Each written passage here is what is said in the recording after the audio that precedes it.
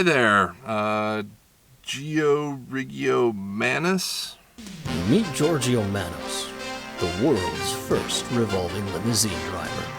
I like taxi games. Yeah. Crazy Taxi's fun. Yeah. I always enjoyed the taxi missions you could do in Grand Theft Auto games. Yeah.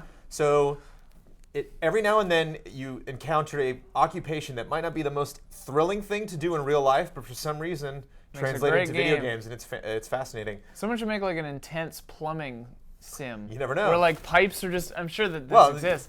A plumber is one of the water most or whatever? iconic video game characters of all time, although we don't Well, actually that's true. see him He doesn't do any plumbing. He goes in pipe. Actually, he's a terrible plumber if you think about it. He's going in the pipes. You can't actually call, like some people have Mario's card, but they call him Yeah. and actually have an issue, and he's not. In the not movie, a they're huge help. plumbers. So you wouldn't think that constantly spinning a taxi would make it even more fun, but you're extremely excited about Roundabout. Roundabout. Where you're top-down, isometric, open-world, Limousine. taxi spinning. Limousine, technically. Yeah. Classy taxi. Right. And you're just picking up people and taking them places? And Yeah, sort of, yeah. You go to like, there are stars on the map, and you go to a star and you hit whatever, and then it's like pick up Beth or whatever, pick up Mickey the mechanic, and then they get in. And yeah, the gameplay itself it's arcade, like top-down kind of, but your limo constantly revolves like this, and so you have to like, and Blood is adamant in pointing out that there are other games that have done this mechanic, so he doesn't care about this one. So the limo is spinning, but you can move in directions, right? But if you hit a thing, your horn will beep in increasing tones, and when it gets too high, then your car just explodes. So it's kind of like Operation, where you can't hit the sides. You can't hit things. And they make it look easy. I watched the trailer right before we started talking to take it in, and the person was just threading the needle the whole time. You can get good at it. Like, it gets really fun where, like, there's a tree here, and a tree here, and you're revolving, and you can, like, accelerate with the shoulder buttons. So you can go, like, vroom, vroom, and just, like, go through places. So when you accelerate, you're accelerating the spin. No, the spin is a consistent speed. You accelerate your thrust or whatever and like go, and like it's all about just timing the direction that you're facing. So like when you are facing so that you can fit through the thing, you just blast through the thing. Do you play this on a keyboard? Controller. Oh, okay. I mean, I think you can play on a keyboard, but I can't imagine. What'd you play this on? PC. I couldn't get the PlayStation controller to work, so I had to use an Xbox controller. Oh, I'm sorry. I know. Why don't you bring the whole thing down? I know.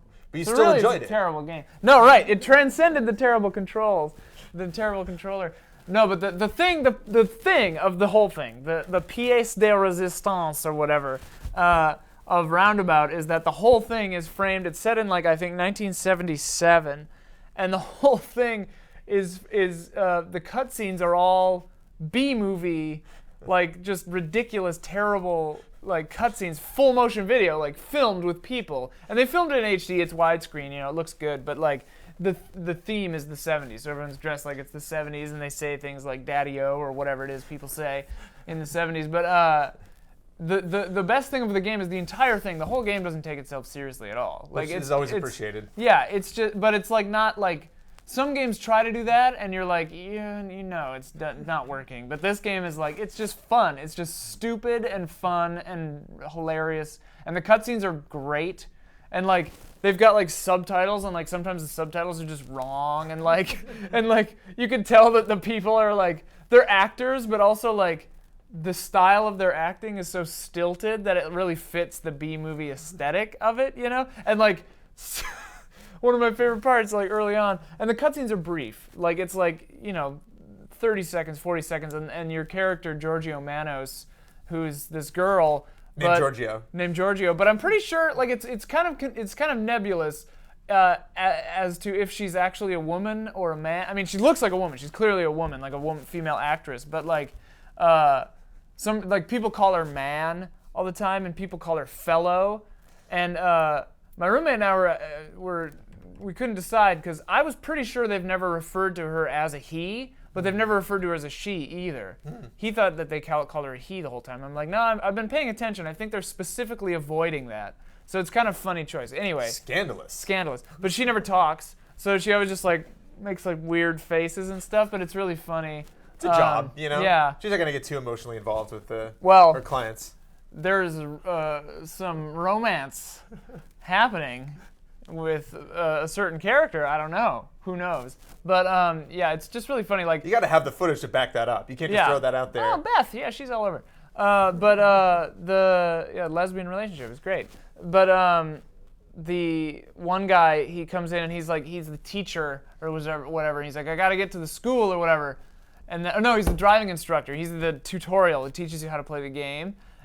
And then later, like 10, 15 missions later, you pick him up and he's a baseball coach.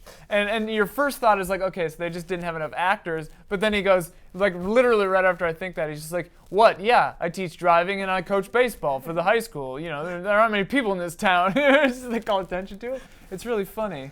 So is this, when I remember Crazy Taxi, I couldn't play that game for longer than a half an hour, 40 minutes. Is it the same kind of thing where like it's just fun to jump in and get a couple of fresh faces and jokes? I played it for maybe an hour. I'm like 12% into the game. It tells you how far you are.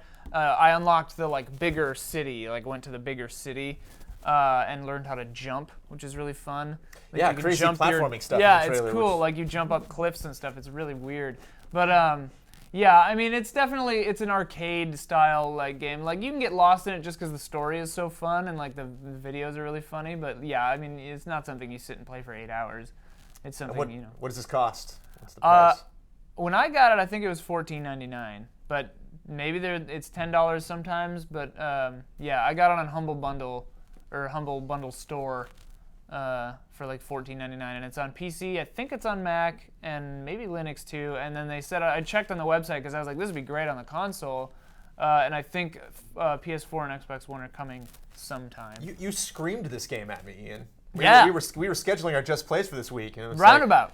Roundabout. Yeah. So what do you, beyond everything that we've discussed to wrap things up, what is it about this game that just got you? The feel of it is just so, like, playing it, I mean, it plays well, you know, like, the controls are responsive and all that, but just the feel of it, I think they just nailed. Like, it's not a serious game. Like, you just don't take it seriously. But take getting better at it seriously. Right, because it will is be challenging. rewarding. Like, yeah, and you can get better. Like, I improved as I was playing it. Like, at first I was like, oh man, I was blowing up all the time. And then, like, I did a mission without losing my multiplier or whatever. And I was like, whoa, I did it. I didn't die. Or no, that's what it was. I did a mission without blowing up the first time. And I was like, okay, I'm actually improving at this game. But, like, the look and feel of it is just the best part. Oh yeah, one thing I wanted to say too is like it makes like really funny meta video game jokes. Like you can kill pedestrians just like left and right. With gusto. Blood everywhere on your tires. Like it's pretty gruesome. But it makes funny jokes like where like random guy on your third try of the mission will go like, oh, not again, or like I don't even care anymore. You know, like stuff like that is just funny. But yeah, the game is just funny. The videos are great. Yeah. The media for it is good. It seems to understand itself. It knows exactly what it is. Like you start it up, the music, the menus, the feel of the video. It's just it knows what it is. It's a game that knows what it is and doesn't try to not be that. And you know what it is, and you like what it is. I like what it is. And you'll continue liking what it is. Some people, like Inside Gaming, hate fun. Whoa! Why do you got to bring that in? Whoa! Don't be like Inside Gaming. Whoa, man! No, I didn't sign up for this. What's going on here, No, man? Bruce tweeted at me after I was like, this is more a contender for my goatee. And he was like, for real? We just played a gameplay of this. I mean, it's nightmare mechanics, you know? It's like it's like Octodad or whatever. It's like if either you like it or you don't. And I think that he was just trolling me. They like fun, don't worry. And you also will not be included in the goatee deliberation, so it's not something people have to worry about. Yeah. You know, we should do a thing where everyone says their goatee. It's like the game. You're not supposed to take the game seriously, and I don't take you very seriously, Ian. Nobody should take me very seriously. But you're really fun to talk to. Thank you. But I'm going to stop now. Okay. But at what cost?